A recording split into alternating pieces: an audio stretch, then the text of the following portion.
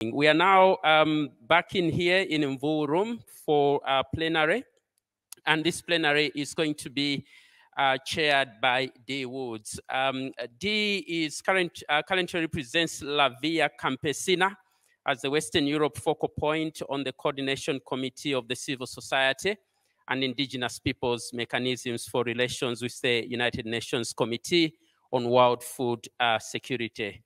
She co-founded Granville Community Kitchen and the African and Caribbean Heritage Food Network, and is an honorary research fellow at CAWR, Coventry University, and is a co-chair of the Independent Food Aid Network, the IFAN, and also vice chair of a growing culture. Ladies and gentlemen, please welcome chair of this afternoon's plenary, Dee Woods. Thank you, Dee. Good afternoon, everyone. I hope you're awake. If not, I will wake you up.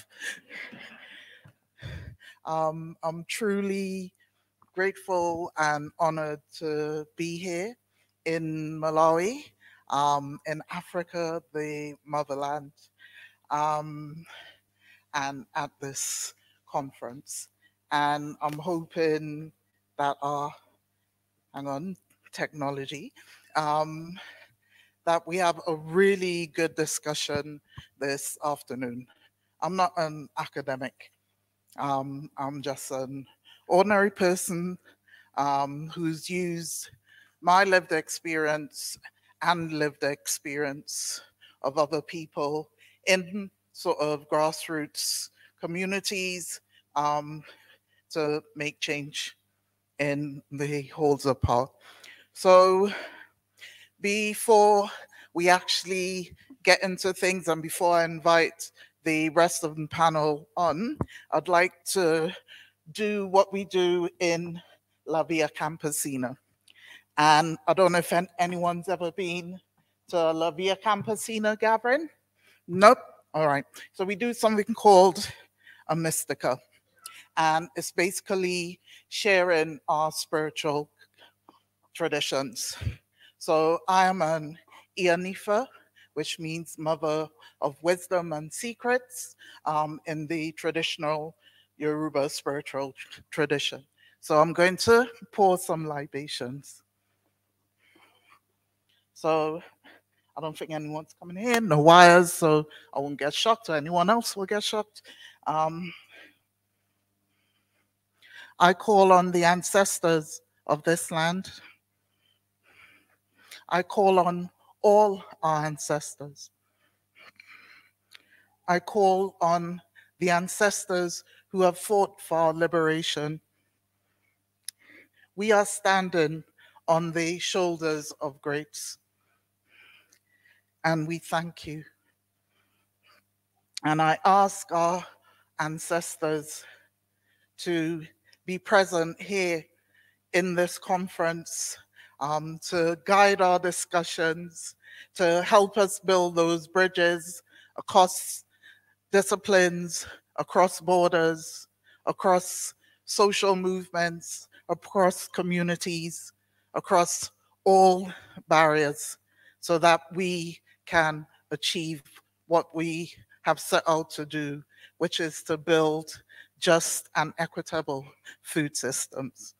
Ashe, say it with me, Ashe, Ashe, Ashe, oh, and that means so be it. So now I'd like to invite our panel up on the stage. So we have Bhavani Shankar, our honorary male. All right, I'm so used to female panels.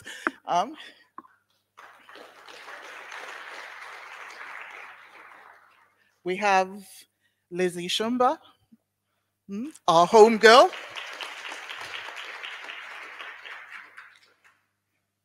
And last but not least, Nafisha Shah.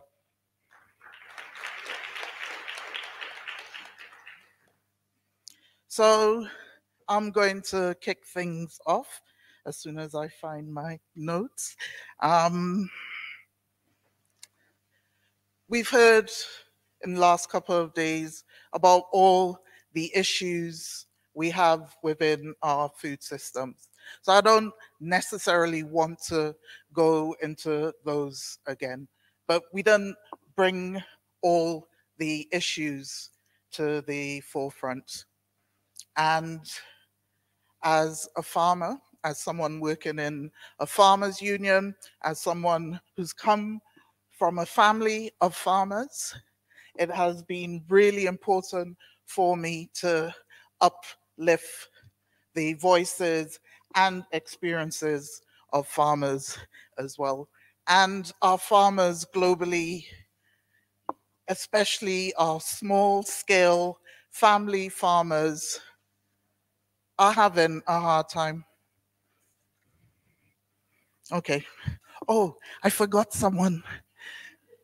Thanks. Yes. And we have Dr. Jemima Njuki from UN Women joining us online. Welcome, Jemima. Sorry. Thank you.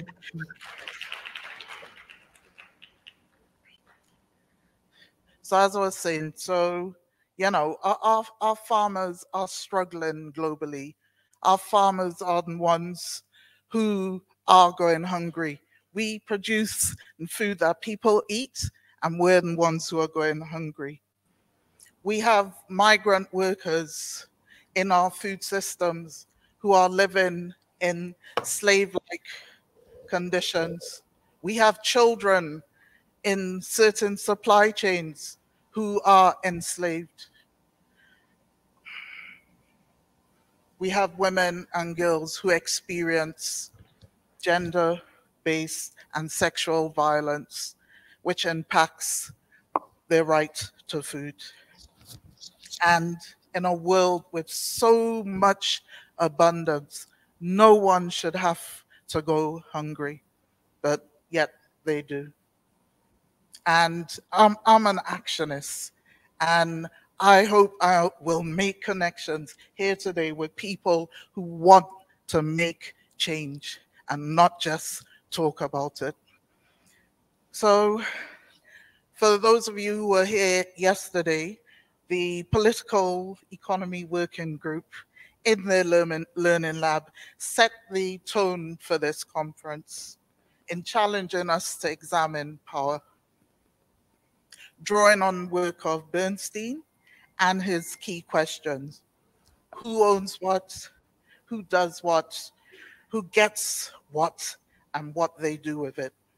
They also touched on feminist understandings of power relationships and its role in shaping inequalities, including intersectional analysis. Today, we were all inspired by keynote speaker Kumi Naidoo, who not only appealed to our minds, but touched our hearts. He asked us, how do we turbocharge intersectionality in all we do?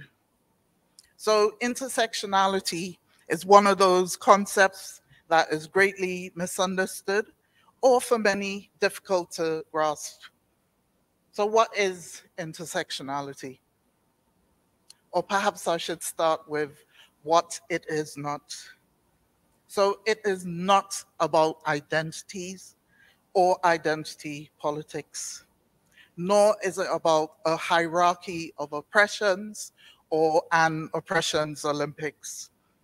Right? Intersectionality is a framework that goes beyond the binary conceptualizations of gender, race, ethnicity, disability, and class, just to name a few. And it considers the intersection of these multiple social categories that place individuals within complex systems of interlocking privilege and oppression. And these systems ultimately shape our health outcomes, our ability to afford and access sufficient, nutritious, culturally appropriate food, and basically our ability to live lives of dignity. So the Caribbean American Black feminist Audre Lorde, in her 1982 speech, Learning from the 60 said, there's no such thing as a single issue struggle because we do not live single issue lives. And that is one of the many seeds of understandings that would become intersectionality. The African American feminist black lawyer, um, Kimberly Crenshaw, coined the phrase intersectionality in 1989 as a tool for practice and a framework for analyzing these intersections of race and gender within the complexity of power, systemic racism, and other structural oppressions. So there are many definitions of intersectionality, but one of the key things about intersectionality is that it should include race, an analysis of race. Kimberly Crenshaw, a few years ago when she was in London and celebrating 30 years of the concept of intersectionality, said, centering Black and Brown experiences in the failures and inequalities of capitalist, patriarchal, white normative structures is key to understanding intersectionality. Without race, it is not intersectionality. So there are other key features of intersectionality. So a recognition that people's lives are impacted by the simultaneous membership of multiple interconnected social categories, and that these multiple and intersecting discriminations and structural oppressions have a compounding effect. The interaction between these multiple social categories occurs within a connected system and structures of powers. So laws and legislation, policies, governments, racialization, patriarchy, ableism, etc. The recognition of inequality of power is the other key thing to understanding intersectionality. Structural inequality reflected as relative disadvantage and privilege are the outcome of interconnected social categories, power relations, and contexts.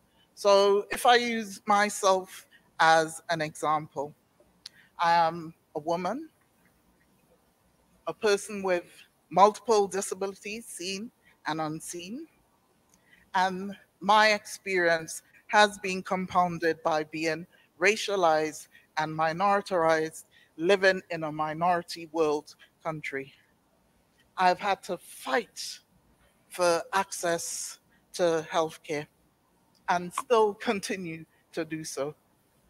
Um, and what brought me squarely into this work was my experience of structural violence with legislation in the UK, um, of policies, the austerity policies that were introduced probably about 12 years ago now, which impacted disabled people. It meant I had no money and I had two children, young children to look after. But instead of going to a food bank, as most people do, that lit a fire in me. And that's that was the genesis of Granville Community Kitchen, where I could see in my community that story happening over and over again, as well as other stories with people of migrant backgrounds, people who are long-term ill, people who only work part-time, mothers with many children, right? A story of people who were impacted because of their racialization, because of their minoritization, because of their gender, because of their status or lack of status. So an intersectional approach analyzes both the macro structures of inequalities in wider and within local contexts. And it should examine the different intersectionalities, so the structural, the political, the economic, the representative, and explain and generate strategies that are inclusive and get to the root causes of social problem or issue.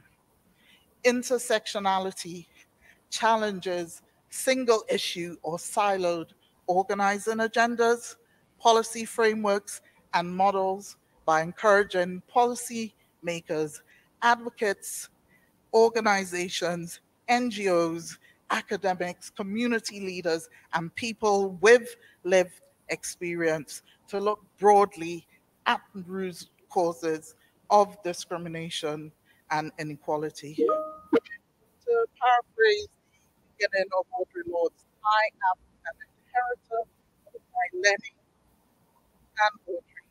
It's there to tradition, to it my work and host of their voices in my mouth.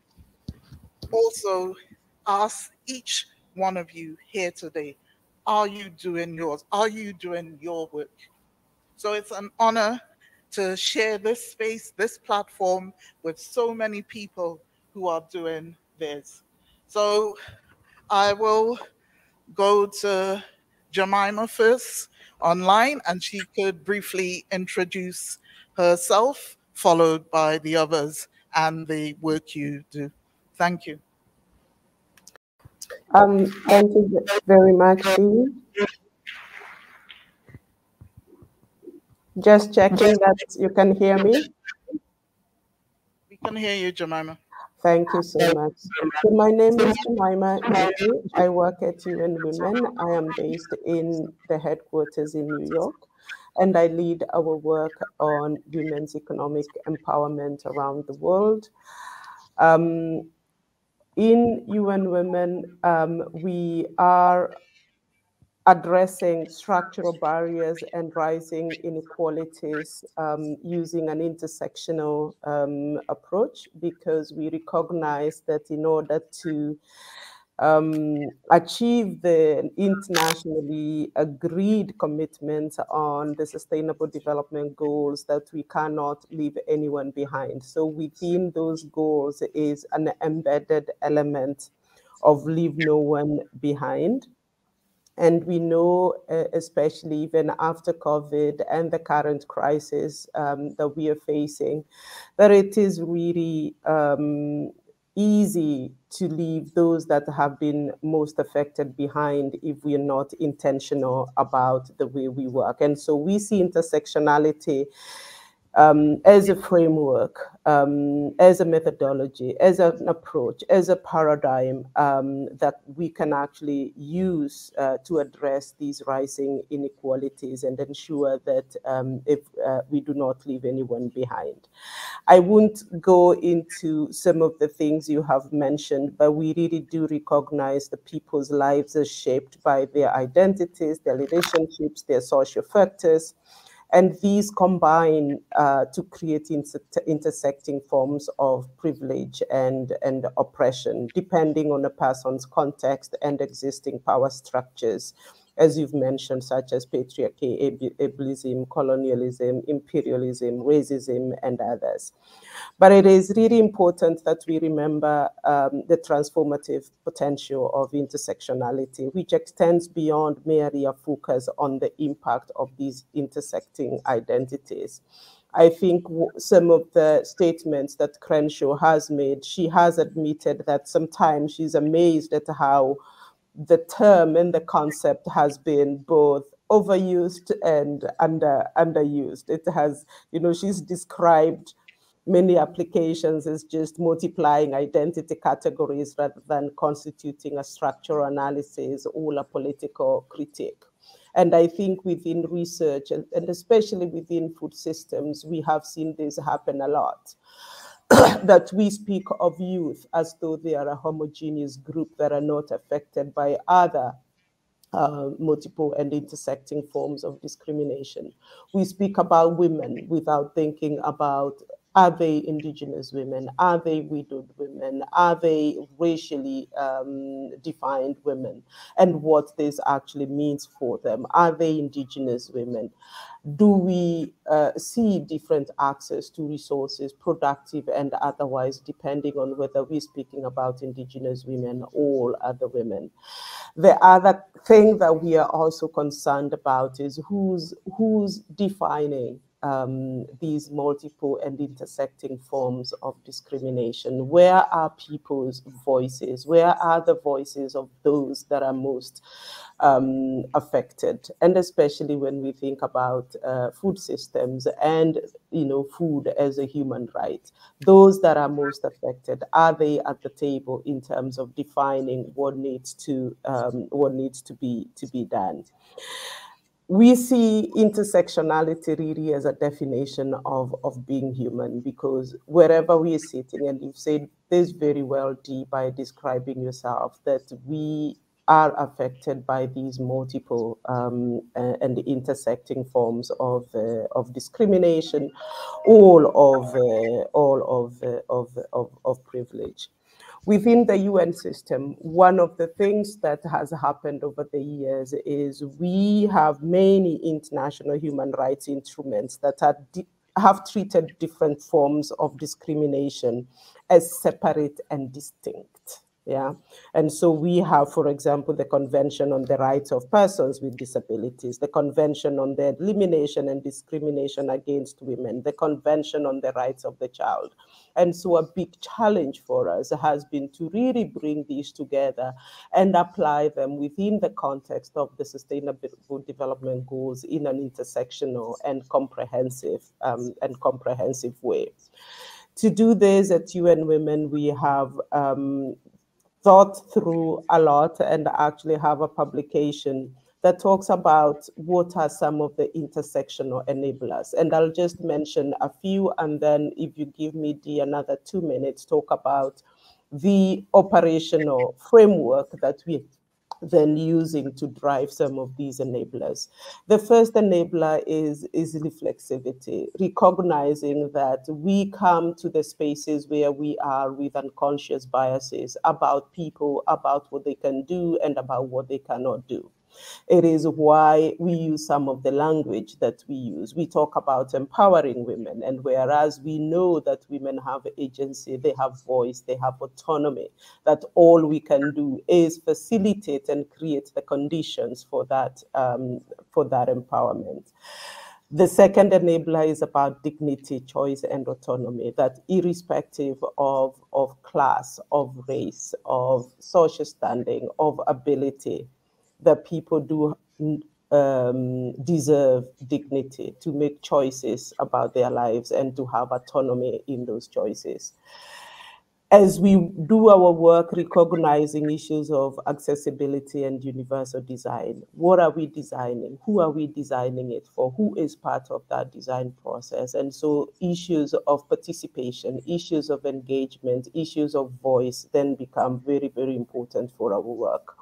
Recognizing diverse knowledges. And I think those in the food systems community, we know this, that even our food systems are driven by long-held knowledge, traditions of indigenous peoples, of rural farmers, of women farmers, of male farmers, of traditional leaders, cultural leaders that have been part of these food systems for millennia, and really recognizing that knowledge is potentially what might save us from some of the hunger we face today. Those traditional crops that our ancestors grew and that we have phased out, whether it's the sorghums and millets that are so important for the nutrition of children, and where we have not made investments because we are not valuing that traditional knowledge. So some of these things are really relevant for the work that we do on a day-to-day basis.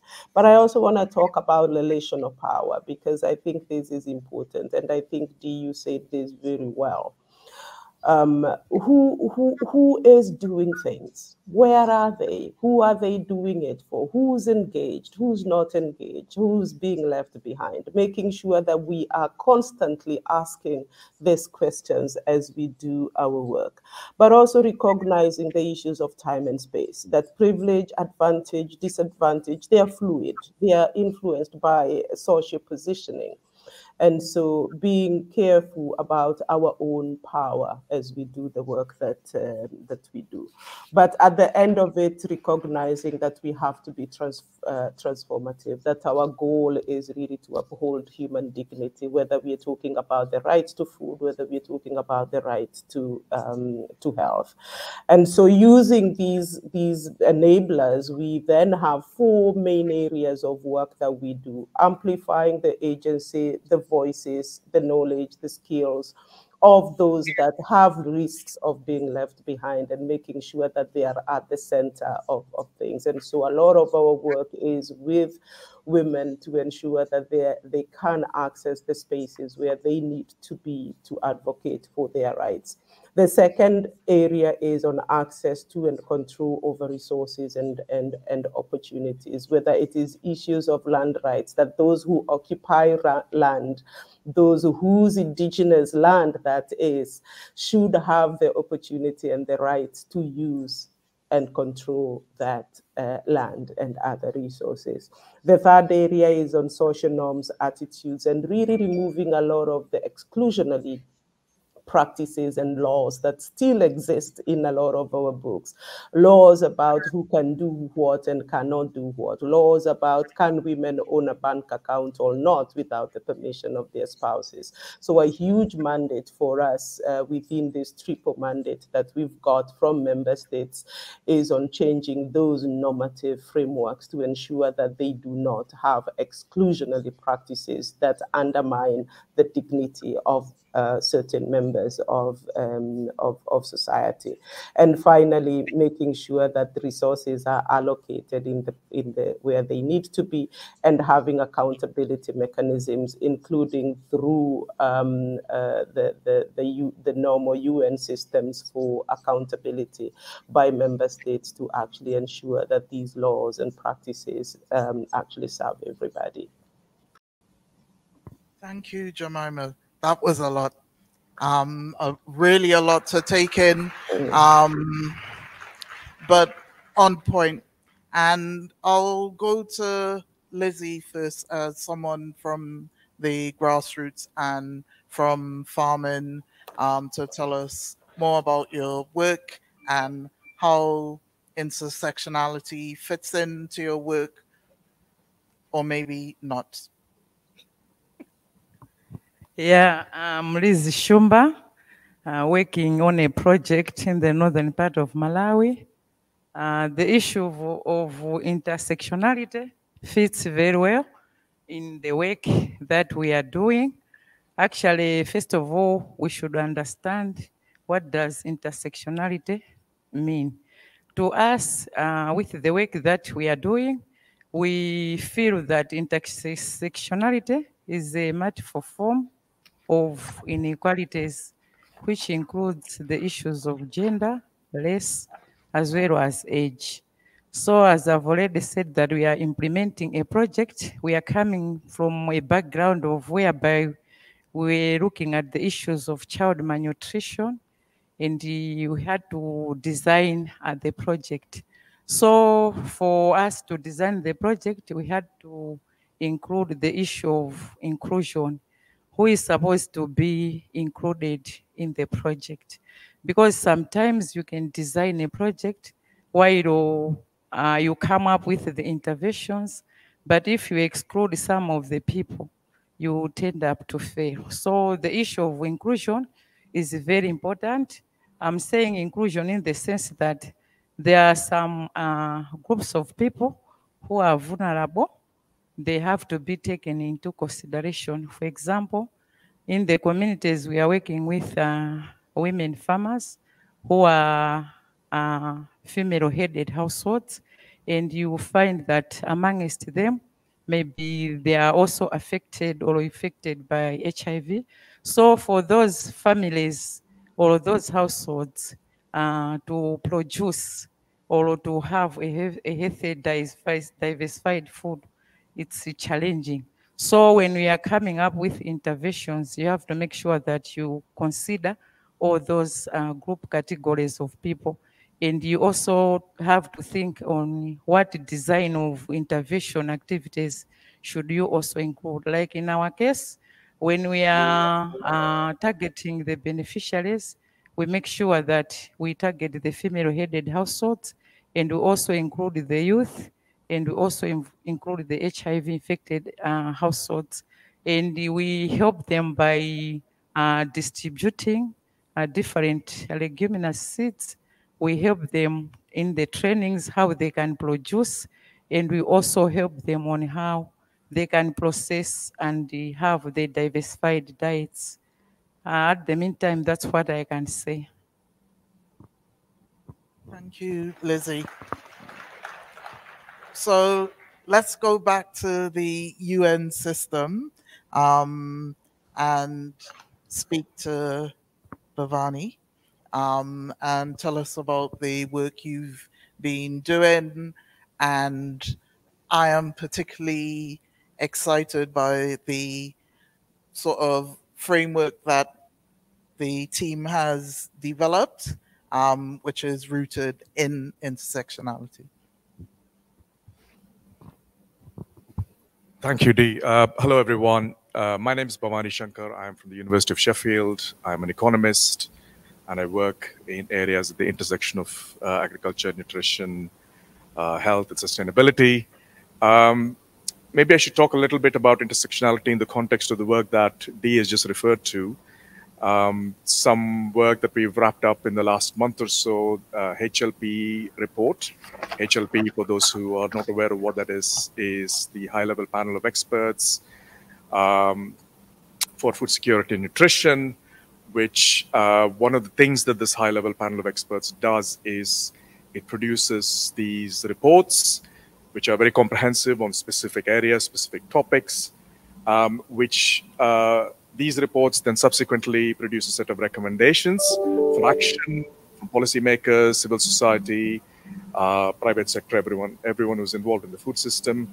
And the idea is that these recommendations then get debated over a period of time with the Committee for Food Security in the United Nations, and a set of those recommendations get adopted in the end after a lot of deliberation and a lot of obviously compromise and so on that happens. So we've been tasked. So we were tasked with writing a report on reducing inequalities for food security and nutrition, which some of the people in this room who are part of the team, some people who are joining us online who are part of the team.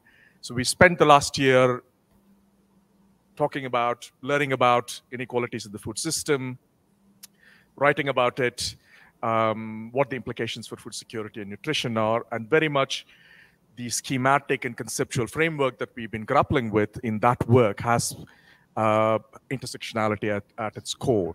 And many of the things that have just been mentioned by the other speakers are part of that conceptual framework. So I would urge people who are curious about this report, it's online. If you do a Google search on HLP inequalities report, you will find it. It's a long document. It's 100-something pages, but there's a fairly long discussion of various elements that are important in terms of the debate that we're having today. One of the things that we urge in that report very much so is exactly these aspects, considering inequalities from an intersectional perspective, recognizing the systemic drivers of inequalities that exist within food systems today, and then go on to create food security and nutrition deficiencies.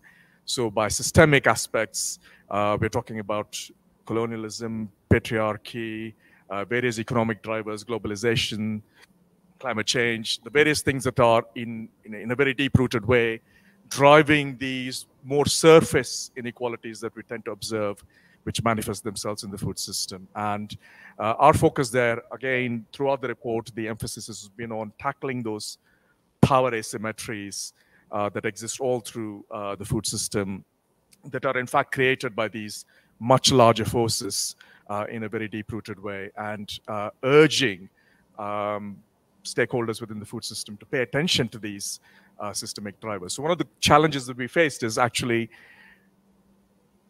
getting the debate to move beyond the surface level aspects, which are very tempting to address. You know, you see an inequality in the food system, there is perhaps an easy fix or there is a quick fix.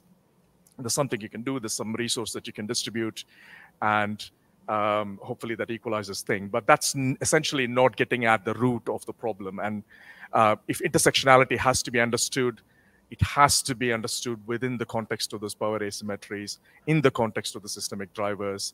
And very much the report is trying to lay the emphasis on that we have to look at those deep-rooted systemic drivers. This has come up in previous sessions within this conference as well. So that's what we've been doing for the past year or so. And please do read the report and let us know what you think. We'd love to hear from you. And we look forward to some feedback. So that's me, and I'll pass it on back to Dee. Thank you, Bhavani. So we are truly honored to have a parliamentarian joining us, Nafisa. And I think it's always good for ordinary people, for academics, for people with lived experience to be able to converse, you know, with lawmakers, with policy makers, so that they truly understand whether their legislation is having an impact or not. Tell us more about your work and how intersectionality fits in. Thank you very much, Dee. Let me confess that I sort of feel like a stranger in the house today, because all around me I see practitioners, activists, development practitioners, academics, researchers, and I guess I'm probably the only politician sitting here. So it is, of course, a privilege, and also very inspirational. The last time I was in ANH week, or a conference that was in Nepal, and at that time, the group that organized it nudged me into thinking about women agricultural workers, and that sort of unlocked something, and we started talking about it. We sort of designed a framework, and that has now turned into a law where women agricultural workers are recognized in one part of Pakistan. Previously, of course, they had no rights, and they were not recognized as a separate category, registered, who could get, you know, some entitlements from the state. So coming into these forums, one takes back and learns a lot, and I hope that with intersectionality, I can also take back something. And again, another confession from being a parliamentarian in Pakistan, who's worked very intimately and closely with issues of gender, inequality, of course, minorities, minority rights, intersectionality, as hard as it is to pronounce, is also sort of novel for politicians. I mean, maybe I can name myself and maybe one or two others who would know what it is as a concept. And today, what they explained makes it even more subtle and complex than I had imagined before. So as a politician, my engagement with intersectionality as a term, yes, I have an academic background. I'm an anthropologist, so I know somewhat what it is. But as a politician, this for me is again a concept that really is something that we do not use in our everyday life in the parliament and beyond. However, there are some natural resonances with intersectionality. And one of them is, of course, the law itself, as was earlier discussed. The law anywhere, the basic constitution, if I look at the Pakistani constitution, if I look at the UN, Bill of Rights, and any law, any standard law, the South African constitution, they do mention very specifically, of course, the fundamental rights, which is the larger framework of rights and freedoms. And then they do mention, at least our constitution mentions specifically those sections of the society that need special focus. So in my constitution, women are named again and again as not just of protection of their rights, equality rights, but also non-discrimination against women. And similarly for minorities, similarly for youth, for working classes, these are mentioned in the constitution. So that is something that we know naturally. I mean, if you talk to me about intersectionality, I may not know or understand it as the way I would understand the constitution, equality, and the disadvantaged communities. And maybe they need, of course, one could expand them endlessly, but the basic, the disadvantaged communities, classes, sections on the basis of race, color, creed, gender, sex, all that is mentioned in the Constitution. The second resonance that I have with this concept is my everyday life in my constituency. And what politicians, perhaps the vantage that they have of connecting the big and the small, is something that I think I understand it in the intersectionality concept as well. So when I'm back in my constituency, I have to deal with issues that are really raw and basic. People coming to me if their house has been burnt down. A woman victim of violence would first come to my doorstep before any, being a woman myself and being a politician and a public representative. And it goes on endlessly. I mean, I've had this really experience with the floods that I may, go into later. But in the day-to-day lives of the people, as you said, the ordinary, for me, they are special because they are our voters. We are intimately connected with the disadvantaged sections of the society, the underprivileged, the marginalized, and it is not simply, it makes a politician as a public representative cannot ignore a cry of help from somebody who maybe in the larger structure is discriminated against. So the nomadic communities, for instance, the minorities, the women, and then you can cut them across, like a poor woman from the minority community who lives in a remote area, who can't travel, will reach to me. So in that way, we are intimately connected with this concept. And that the logic is that we will need every vote. In order to get the votes, we have to ensure that the last sort of everybody is touched. So these two, and my question to this, again, to this forum and to all of you would be that, so in order to make this translatable, the concept of intersectionality, and today you made a very subtle argument that intersectionality is not just about, it's about the interconnected space, and within that space, what kind of interventions.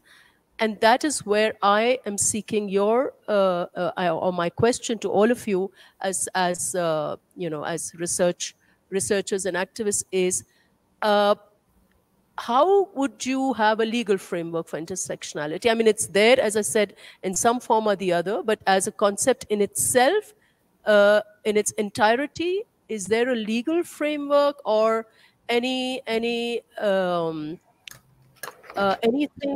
within the law that we could do to make it more knowable, which could be addressed? And the second issue, I've just passed my budget, our budget, one of the reasons why I got delayed, and whether budget could be one instrument or anything that other policymakers have as tools, the parliament, the debate, the questions, and where we could make an intervention. So I'll stop here and thank you very much for giving me the space to address such a privileged group.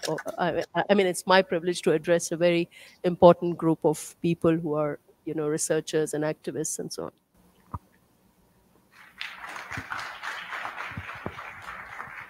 Thank you, Nafisha.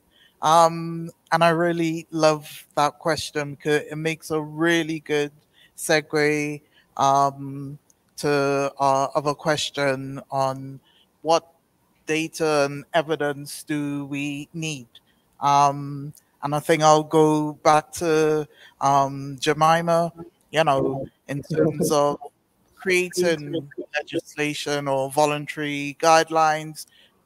What is the evidence that we need? And the same question to all of you.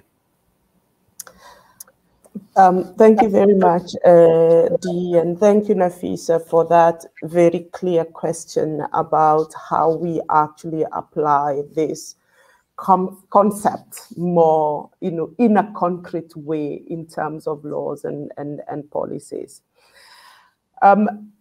I want to start by just giving a very simple example. I come from Kenya, and during the COVID pandemic, I was living in Nairobi. And what started happening in Nairobi is a lot of people lost their jobs, including young people. And at that time, the country was actually very much focused on issues of young people and the employment of young people that were leaving the education system. And what became very clear is that because of that loss of jobs in urban areas, a lot of young people started going back to their rural areas. They started going back home. And there is a group of young people that we don't always think about in concrete ways, and the multiple forms of discrimination that they face. And these are the young people that have different sexual identities. And what happened is a lot of these young people couldn't go back to their rural areas because of some of the perceptions, discrimination, stereotypes around issues of sexual identity. And I give this as a very practical example because we can talk about young people, youth. But even within that group of young people, and we can talk about some of the issues they face because of their age, because of lack of employment opportunities. We can even dive in that based on their class and so on. But there are what we call multiple forms of discrimination that certain groups face that are still not recognized in our laws and our books, that we are treating young people as though they're just youth and as though they are just one class of people without really analyzing that political economy and the multiple ways in which young people are affected by different things. An even more practical example is when we think about women's access to and rights to land. Yeah. And a lot of it, in a lot of countries, their ownership of land is based on a relation to a man, either because their father has land, then they can live in their father's land, or their husband, their spouse has land, and therefore they own land based on that relationship. What happens when that relationship ends? What happens when they become widows? So they're not just women, but if they become widows, there is another intersecting form of discrimination that gets overlaid within that. So we need a lot of disaggregated data. We know even sex disaggregated data is still not adequate in terms of what we are collecting and how we are collecting it and where we are collecting it. But even within that disaggregation, we need much, much more. And we have seen some openness in a lot of countries to disaggregate data even further, and in some cases, even resistance to disaggregate this data. But without that data, we will never know who we are leaving behind. We will cluster women as men because they have said they're male or female. We will cluster marital status. We will cluster caste. We will cluster, but we are not always overlaying these intersecting forms of discrimination to really figure out who is at the highest risk of being left behind. So that's one thing about data, that we need to go beyond this broad disaggregation where we have found our comfort zone. The second thing I want to say is we also cannot treat intersectionality as I call it an ardent star kind of thing. You know, we've added youth, we've added this, and we've added this, and we've added this, and then we star, and then we see what happens. We really have to think about it, and I think one of the panelists said this very well. We have to think about this from a structural social analysis much more than, and this is something we suffer, and said with all respect, I come from the agriculture sector, and part of what we do is we disaggregate data by youth, and we think we have dealt with intersectionality. We add age, we think we've dealt with intersectionality. We add sex, we think we've added intersectionality. We add rural or urban, we think we've dealt with intersectionality, without that deeper systemic analysis of what are those multiple forms and intersecting of discrimination, all privileges that these groups have. So a very quick answer to Nafisa's question is to think about, when you think about laws and policies, when you say youth, to really go a little bit deeper and say youth are not one homogeneous group. What are some of the other intersecting vulnerabilities that we know affect young people? When we make a law about women, to really go deeper and say, what are some of those other intersecting forms of discrimination that we know women are facing because of their caste, because of their class, because of whether they're rural or urban, because they're indigenous or non-indigenous? How do we make sure that the law actually protects and does not leave anyone behind, and neither does the law then have exclusionary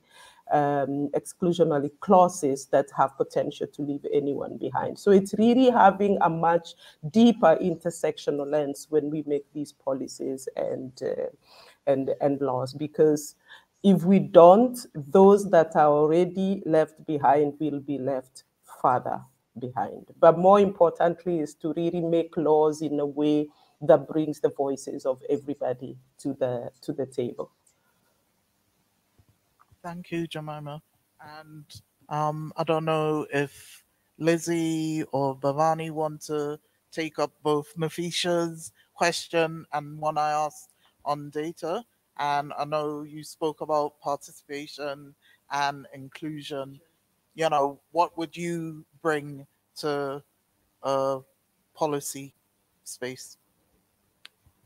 Yeah, on the intersectionality framework, of course, as Jemima said, there is data which is disaggregated, but that's not enough to influence the policies, because when we are coming on issues of policy, we have to make sure that the policies are favorable even to the marginalized groups, which includes the women as well as the youth. They have to be favorable for them.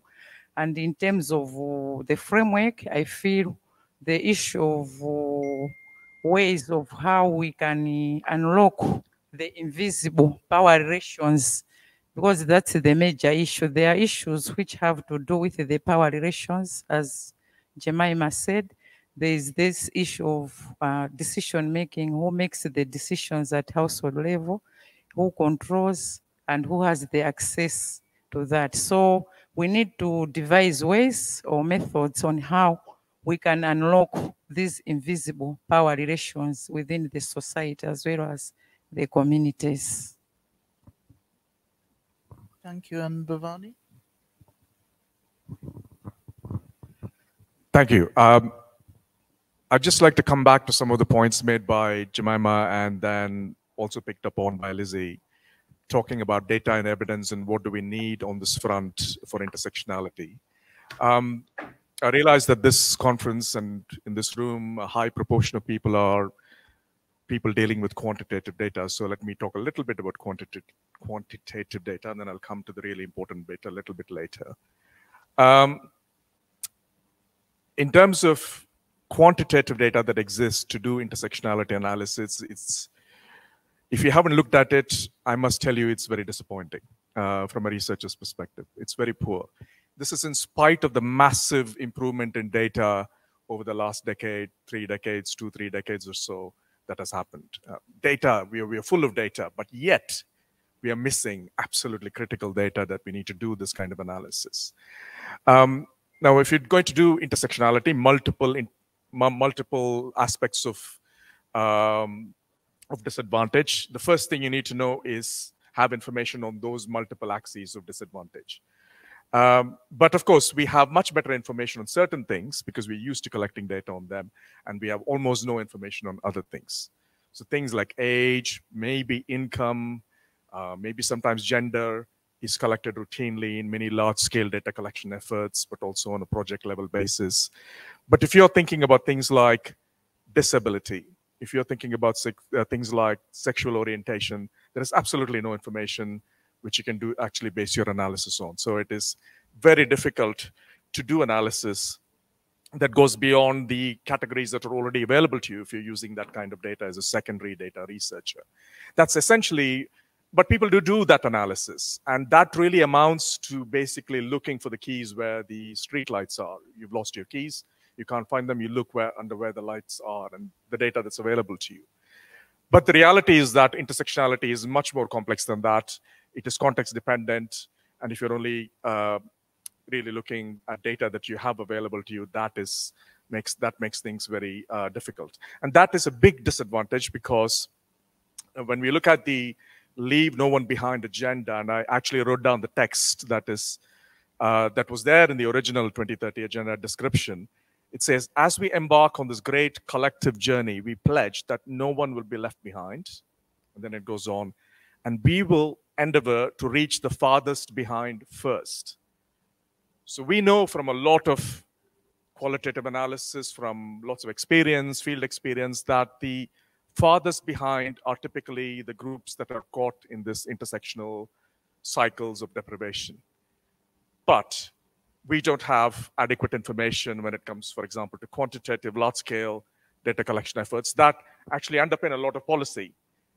We don't have enough information on that. That's a big, big gap. Even where we do have some information on some of these categories, quite often the categories the groups are small enough where the sampling doesn't pick up adequate numbers to make them the estimates reliable. So if you've got a group with small numbers in the population and you're sampling using a traditional random sampling method, then you're not going to pick up enough information to have good quality information on those groups. These are all quantitative devils when it comes to intersectionality. But leave that behind for a minute, because quantitative data, and I speak as a person who is steeped in the quantitative economics tradition, is very unsatisfactory from the point of view of doing intersectionality analysis. The tradition in intersectionality has come from the qualitative tradition, and it continues to be the major mechanism through which we can understand things like power asymmetries, things where you can actually unpack, you can actually give adequate grounding and context. So certainly one plea to all quantitative researchers doing work or proposing to do work in intersectionality in the future is please at least consider doing a mixed methods type of design where you can actually pick up some of these nuances which are always going to be limited regardless of how good your data collection is. So really looking towards mixed methods. And finally, also these structural drivers that I mentioned, the deep-rooted drivers, there are people doing excellent research on that, but they're not the people, maybe not even the people who make up the majority of this conference or indeed any other conference. It's a small group of people who are looking at really important structural aspects, who are spending all their time in that. This needs to be much more mainstream, whereby we encourage people to think about these aspects as researchers on a routine basis. So these are things that we cannot miss when it comes to an analysis of intersectionality. But because any intersectionality analysis, which is really sort of, I've collected some data here, I'm going to run some interaction terms, or I'm going to do some decompositions, without consideration for the power aspects, without consideration for those systemic aspects, is essentially somewhat empty. So, so that would be the play in terms of data and evidence.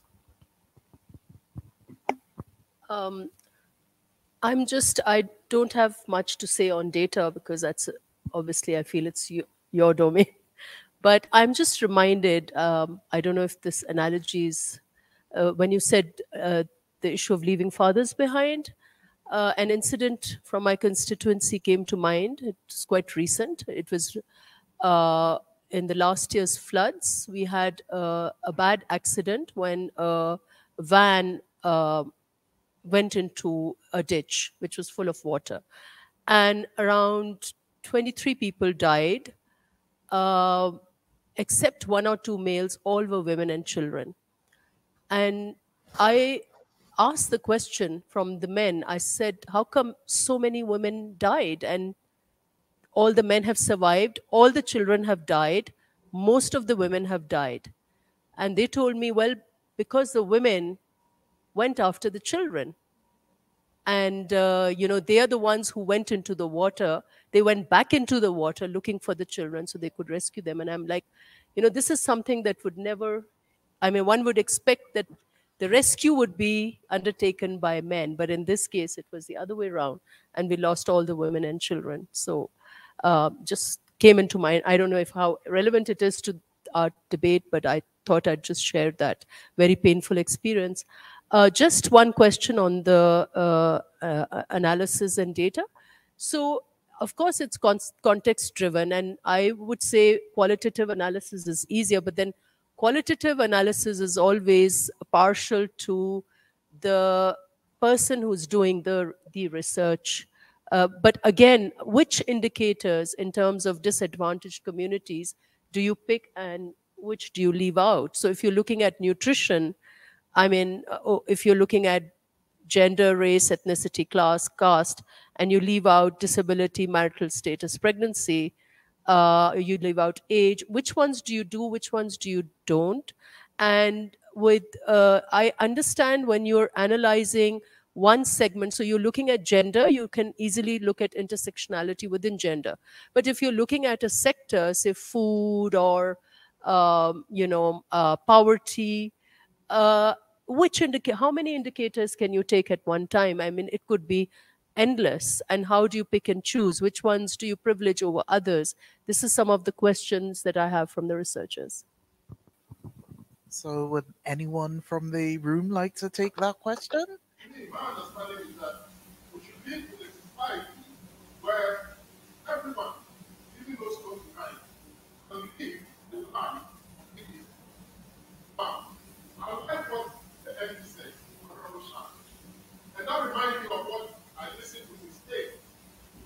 There were 3 other women who had teamed up with a young MD to address the problem in their community. And they were making news. And I was very impressed. Now, what I see is that if the MP can go into the community and we start at that level, and I see that happening with an MP in Ghana, and they were programming elections. Now, if Honorable Shah can go into the community, head constituents, and say, simply, how can I help you?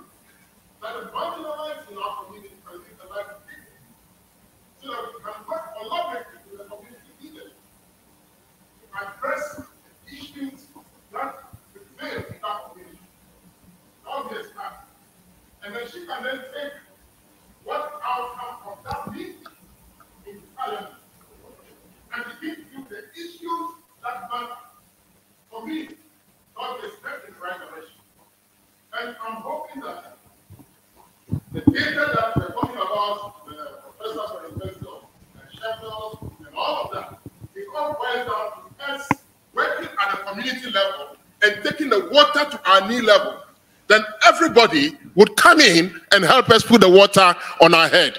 There are many people who want to help us put the water on our head, but we've got to start somewhere. Start in the communities. Address the issues that matter among the marginalized. And if we can begin to do that, I'm sure we'll go a long way. Not me, the philosopher, me, the professor of nutrition, but me also coming down and working with Honorable Shah to go into the community and see how we can begin to take the issues that matter and address them. Thank you. Did anyone else have a response to Nafisha's questions? My name's Jodie Harrison. I worked with Bhavani on the report.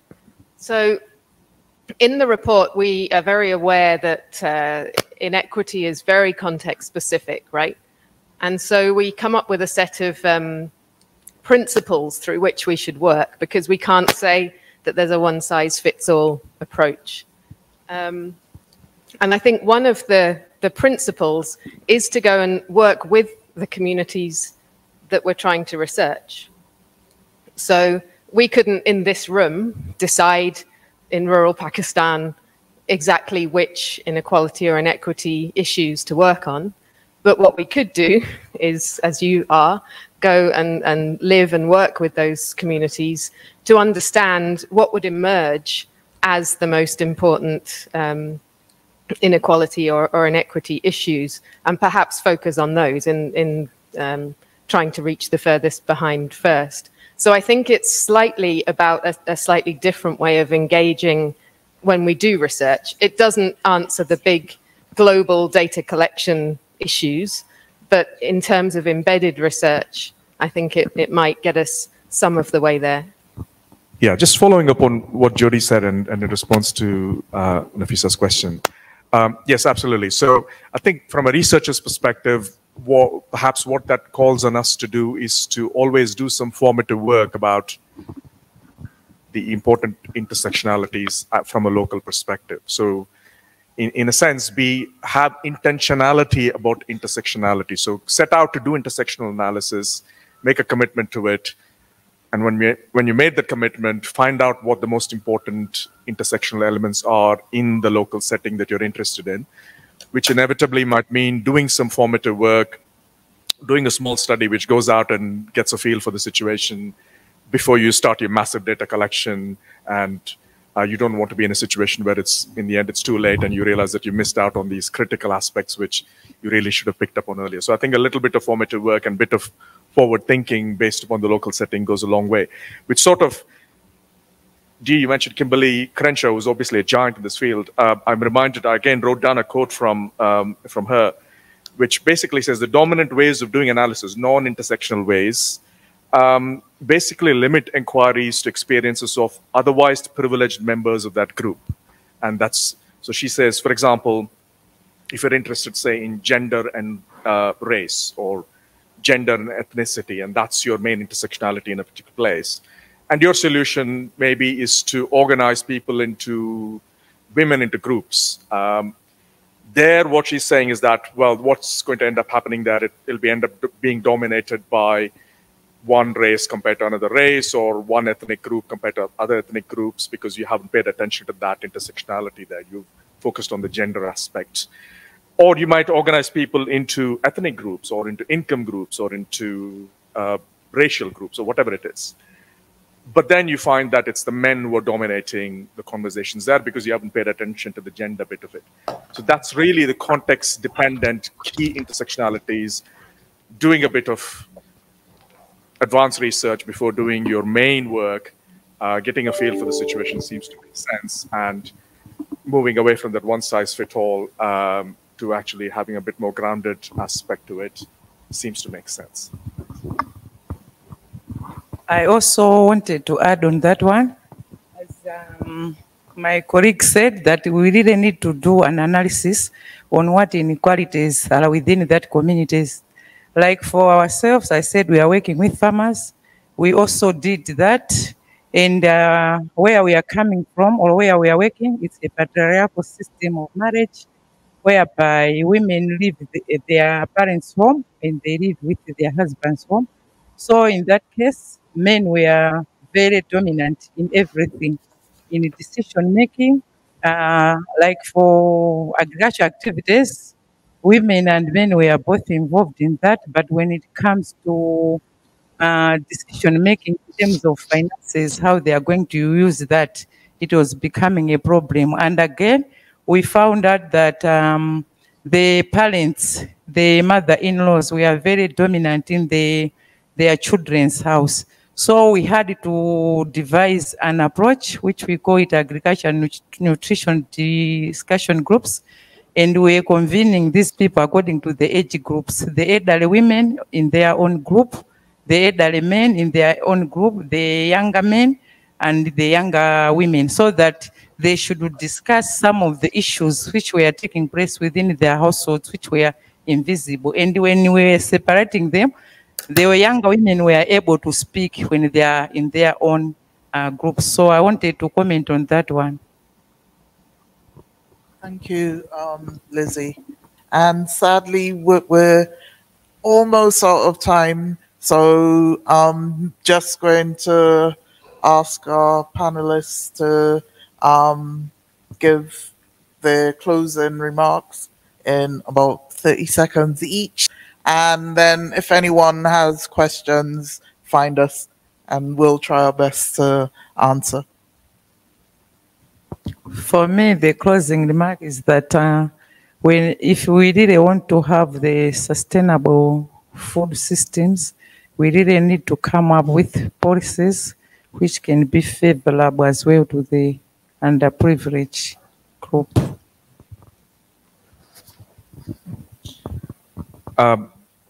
I'd like to end with just a few very quick bullet points about the way forward as I see it from a data and research perspective.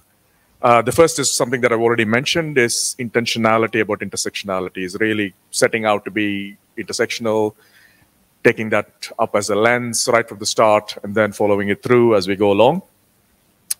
When it comes to the data difficulties that we've talked about, we need to do better. We need to collect information on those missing axes, neglected axes. We might have to, for example, oversample some categories because they're quite difficult to pick up. But there are also other interesting, innovative sampling techniques that you can do in statistics, which, for example, using what is similar to a snowball sampling, respondent-based sampling, but which is a bit more kosher, which has actually got recruitment weights attached to it. Those kinds of innovative sampling techniques which will enable you to pick up groups and people within those groups, but at the same time retain the integrity of your sampling techniques and your statistics. It is possible. People are doing it. It must be done more. But with all that stuff, again, coming back to what I said, we need to keep awareness of those power asymmetries, bring them in a rich way into all our analysis, because without it, it's quite empty. So it's finding a way to bring it in, and that might be using mixed methods, for example, is an important aspect. And bringing in diverse forms of knowledge, not just usual knowledge that we're used to, hard data, but lived experience, tacit knowledge, storytelling, all those things which make some of the history of intersectionality so rich. We don't want to turn that into a technocratic exercise like we're used to with a lot of the other stuff that we do. So retaining the richness of that history, I think, is important. A cautionary note to end with, first of all, the people that we work with must not just be people that we use to collect data, but they must be part of the solution as well. So that goes back to the point that Nafisa ji made about how do we participatory policy making. And I know Dean knows a lot about this, but having people along entire process of designing the solutions, not just finding out what is wrong with the system, but also what the solutions are. And also being mindful of the fact that more information collection on intersectionality also exposes potentially people to more risks, because it's more knowledge that is out there about your position in the social structure, which might well be dangerous in some cases. So we have to tread carefully at all times. So I'll end there. Thank you.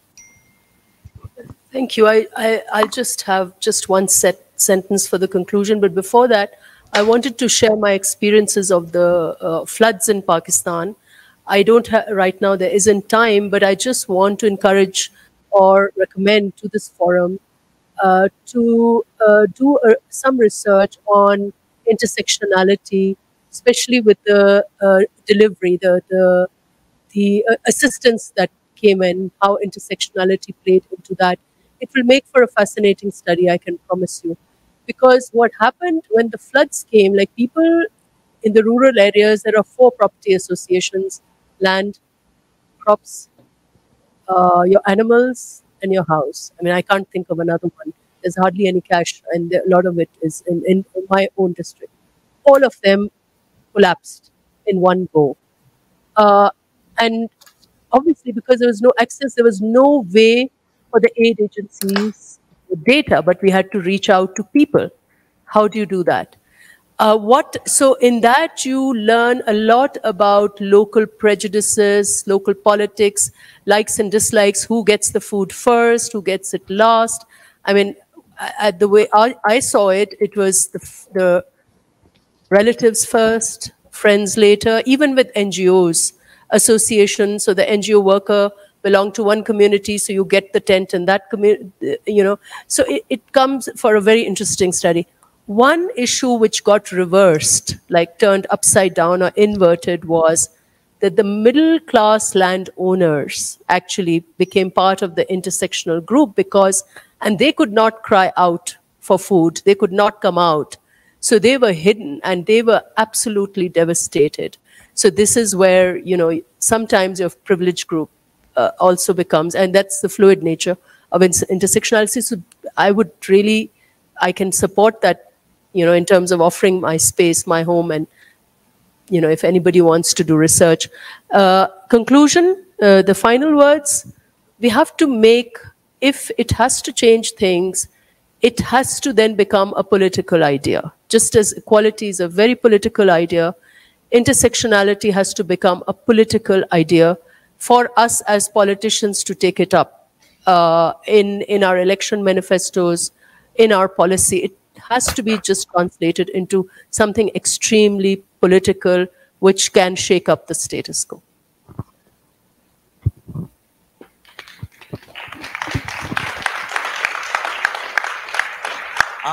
And Jemima, do you have any final words? Just 3 quick points.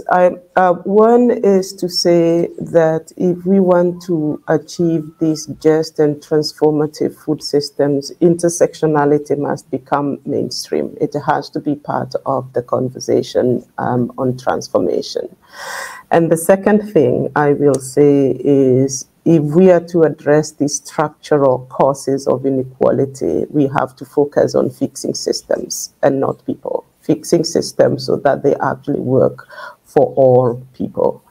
And the third thing is for those of us that are not sitting in research at the moment, data is important, but the absence of data should not lead us to paralysis. We have the power to act with what we know now, even as we strive to invest in getting more data available. And to just say, to really echo what Nafisa has said, that intersectionality has to become a political project. It really is essential. Otherwise, addressing these structural inequalities is not going to happen. Thank you, Jemima. Thank you, everyone. And I'll just like to leave you with what we say at the end or in meetings of La Via Campesina. Globalize the struggle. Come on, wake up. Globalize the struggle. Globalize hope. Globalize the struggle. Globalize hope. Viva!